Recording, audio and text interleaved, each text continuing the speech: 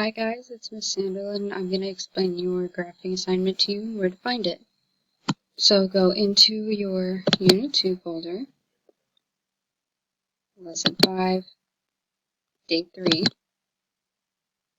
Graphing without percentages. You would click on that. I just have my document open right here.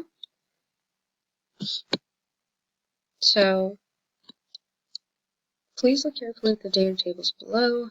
Graph dataset 1 is a bar graph, dataset 2 is a line graph, and dataset 3 is a pie graph.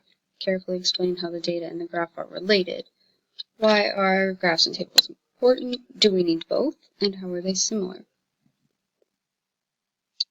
So for each graph, the line graph and the bar graph, I would like you to label your x and y axis.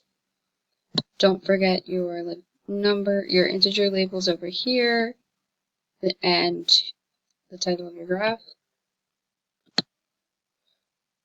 For your pie graph, please do not forget to label each section with the percentage and the label name. Your paper will not have the percentages listed in there, but this one that I'm showing you right now does. If you want to pause this video and use these percentages, you can. But if you would like to copy those percentages down, or if you would like to calculate those percentages yourself, you can also do that. So in each explanation box, I would like you to also include one observation and one inference.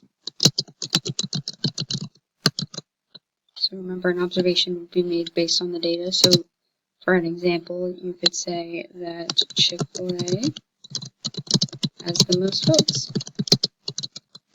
That's an observation. You can clearly prove that using the data. For an inference, you could say that maybe the people in this area don't like McDonald's because McDonald's has significantly less votes compared to the other ones.